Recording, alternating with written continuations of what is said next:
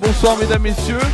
Bonsoir mesdames, messieurs, nous sommes ici en direct sur FR News bien sûr dans cette émission Coupe du Monde de Rugby 2023 le MAG. Au sommaire de cette émission bien sûr le résultat du jour de cette première demi-finale entre la Nouvelle-Zélande et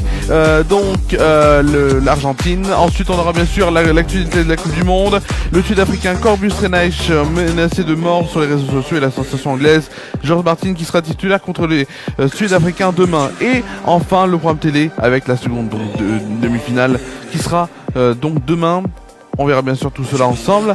On est en direct, bien sûr, comme chaque soir, du moins, de Coupe du Monde. Et là, l'émission sera vendredi et samedi, donc pour cette semaine, mais aussi la semaine prochaine, la semaine, voilà, le week-end de finale, bien sûr, avec la petite finale et la finale. On connaît déjà les équipes qui seront, et une équipe donc, qui sera en petite finale et une autre équipe en finale. Ça, c'est sûr, et on en parlera bien sûr demain, bien sûr, donc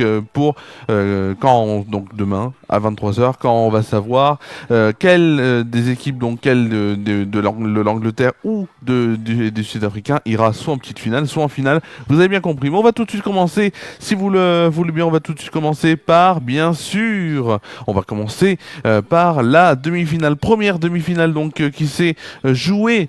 C'était ce soir, donc à 21h. Ça s'est terminé il y a quelques minutes de ça, et c'est une victoire, une victoire à l'écraser, une victoire vraiment.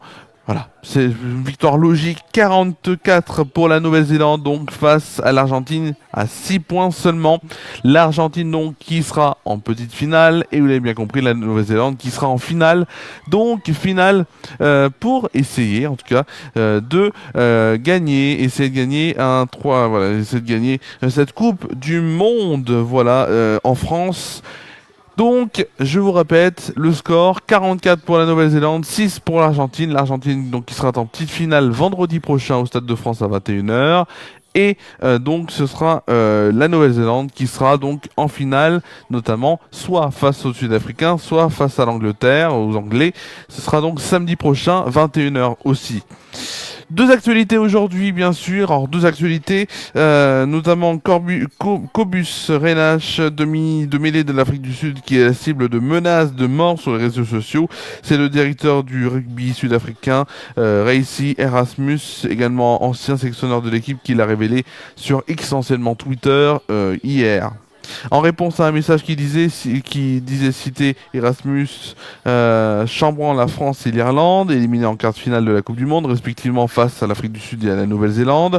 Ce dernier a d'abord démenti tout chambrage, puis il a rebondi donc en évoquant les menaces. Il déclare: malheureusement, voilà le traitement auquel a eu le droit Cobus Reinach, accompagnant donc en déclarant. Accompagnant sa déclaration donc de capture d'écran des réseaux sociaux de son joueur. On voit notamment des messages en français sans équivoque visant le numéro 9 et son fils. Ce n'est pas gentil, et met en colère, une mère et un père, de voir des choses comme ça dites de leur fils. Mais nous n'allons pas nous plaindre, nous allons juste passer à autre chose.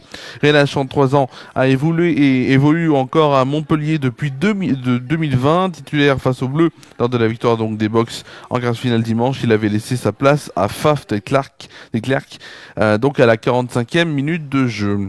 Alors je le disais et même voilà, c'est une mise au point aujourd'hui, même si comme moi vous êtes bien sûr amer de la défaite du 15 de France, et ça peut se comprendre. Je ne cautionne et il ne faut pas cautionner en aucun cas quelconque menace de mort, que ce soit sur une personne que ce soit, même si on est amer d'une chose, c'est passé. Il faut passer à autre chose et il ne faut pas cautionner. Et je ne cautionne pas donc ces menaces de mort contre ce joueur Renash, je disais donc qu'il s'appelle Renash, donc excusez-moi, j'ai perdu son prénom, Cobus Renash. Donc voilà, il ne faut pas cautionner ces menaces de mort, je vous le dis et je vous le répète encore une fois, même si on est amer d'une défaite, c'est du sport, ce n'est que du sport, ce n'est que du rugby. Il faut passer à autre chose bien sûr, parce que sinon ça peut toucher des familles, des proches de ces personnes, des personnes donc atteintes bien sûr par ces menaces de mort. Et déjà rien que des menaces de mort, rien que de le dire, voilà, il ne faut pas en faire. C'est tout simple, c'est la mise, en tout cas la mise au point que je voulais faire aujourd'hui dans cette émission, et c'est important de le faire même à ma petite échelle. Et enfin dans l'actualité, titulaire contre le Chili, et oui c'était l'anglais George Martin qui ne s'imaginait pas certainement pas recommencer une rencontre donc dans cette Coupe du Monde. Le troisième ligne de Leicester pensait terminer le tournoi sur le banc et entrer quelques minutes à la fin de chaque match, mais il s'est trompé. Il sera titulaire donc demain soir au Stade de France pour défier l'Afrique du Sud. Il ne jouera pas troisième ligne, mais avec le numéro 5 dans le dos, celui qui revêt habituellement Oli Chassum, magnifique depuis le début du tournoi, mais sur le banc pour ce combat. Ce n'est pas une punition, mais depuis le début du tournoi, Steve Borthwick explique qu'il s'adapte au contexte, à l'adversaire. Même s'il a plus souvent évolué en troisième ligne, donc ce joueur George Martin connaît le bonheur de se retrouver dans la cage. Il y a passé un peu de temps avec la section, mais aussi et surtout en club. Il sera associé à l'inamovible Maro Itoje. Donc il déclare notamment: pour moi ça ne change rien. Donc c'est Itoje qui dit ça: pour moi ça ne change rien parce que depuis 4 mois on interchange beaucoup aux entraînements et en match. George est très bon dès qu'il entre sur le terrain. À chaque fois qu'il sort du banc, il apporte quelque chose. Il a progressé physiquement, mais pas seulement. Il comprend mieux le jeu, il s'impose à des moments cruciaux. C'est encore un jeune homme, il a quand même 22 ans, mais il a une barbe 4 à 5 fois plus grande que la mienne. Il est très dur.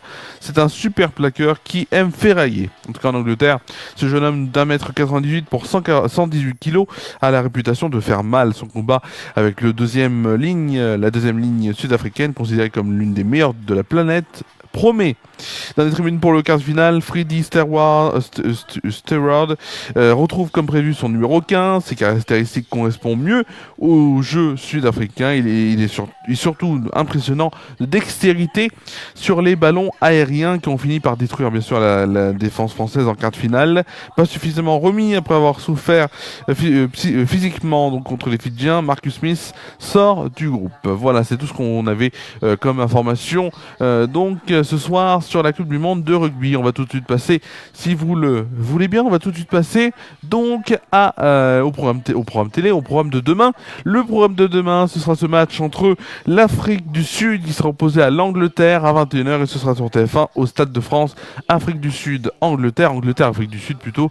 Donc cette deuxième demi-finale qui, comme je vous le disais en début d'émission, soit l'Afrique du Sud ou l'Angleterre ira en petite finale ou en finale, ainsi de suite. Voilà. Vice versa, comme on dit. Le gagnant ira en finale, le perdant ira en petite finale. La petite finale, ce sera donc vendredi. La petite finale sera vendredi contre l'Argentine et donc samedi, ce sera la finale donc avec la Nouvelle-Zélande contre soit, vous l'avez bien compris, l'Angleterre, soit l'Afrique du Sud. C'est assez logique.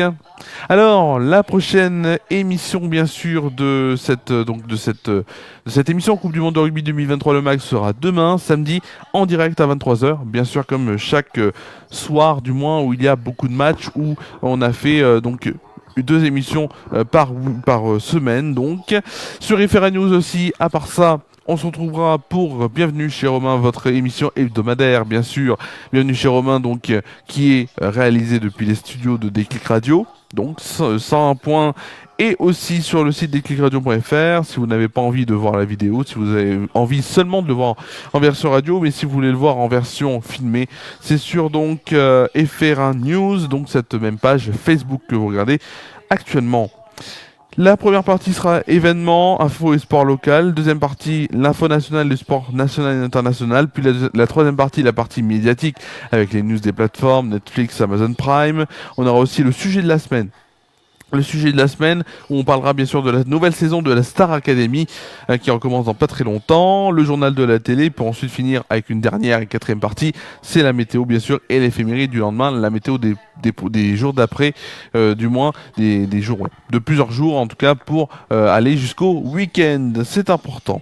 Et le 20h pour lui se met en pause donc pendant les vacances scolaires et retrouvera donc sa place le mercredi 8 novembre à 20h en direct bien sûr.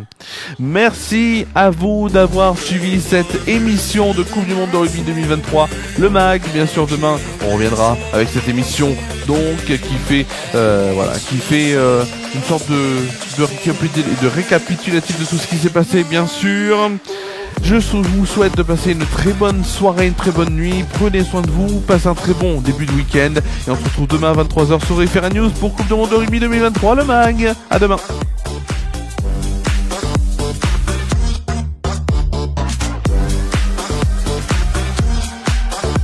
L'émission Coupe du Monde de Rugby 2023, le MAG revient demain sur Ifera News. L'émission est à retrouver en replay sur YouTube.